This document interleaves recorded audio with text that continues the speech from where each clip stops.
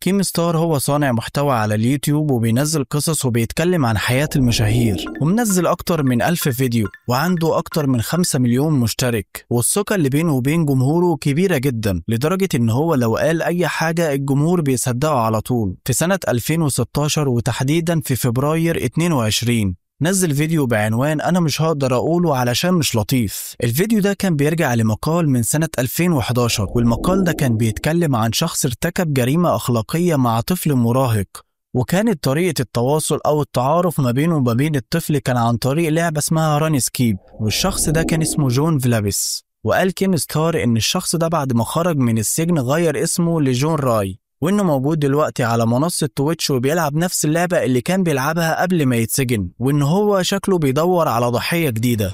والشخص اللي كان بيتكلم عنه كيم ستار ده كان راجل عجوز، كان عنده 62 سنة وكان اسمه توني، والناس كانت بتحبه لدرجة إن هم كانوا قريبين منه جدا، وكان عنده وقتها 345 ألف متابع. وده مش علشان جامد في اللعبة، لا، علشان شخص عفوي وكان بيتكلم بتلقائية مع الناس، وكان شغال على قناته من سنة 2015. بس كل اللي بناه ده انهار بعد ما نزل الفيديو بتاع كيم ستار، لأن بعد ما الفيديو ما نزل في ناس كتيرة فضلت تهاجم الشخص ده، لدرجة إن في ناس هكروا الحساب بتاعه وسربوا معلومات شخصية جدا عنه، وكل ده من جمهور كيم ستار. فكان بيحاول يدافع عن نفسه، بس هو ما كانش فاهم إيه اللي حاصل علشان الناس بقت تهاجمه بشراسة كده. وطبعا هجمات الناس كانت شديدة جدا عليه، وكانوا بيشتموه بألفاظ وحشة جدا خصوصا على شخص في سنه. الموضوع كبر لدرجة ان في ناس اتدخلت واكتشفوا ان الراجل اللي هم بيتكلموا عليه موجود لسه في السجن، وان الشخص اللي بيهاجموه ده شخص بريء ومالوش اي ذنب. وتوني كان بيحاول يوضح الحقيقة دي على قد ما يقدر. Now everybody in the world knows my real name is Tony Ray Winchester. I'm 62. I've retired.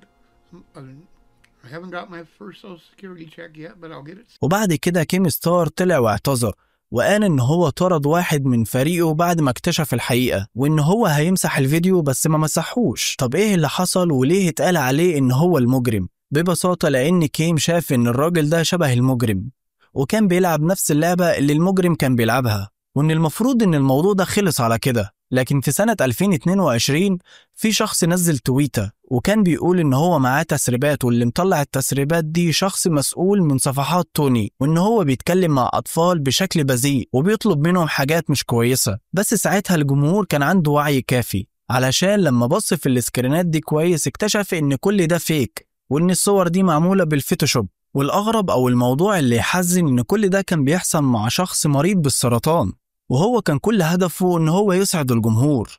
بس كان في متابعين أوفياء فضلوا معاه حتى بعد ما تعب وراح للمستشفى، وكانوا بيروحوا يزوروه باستمرار.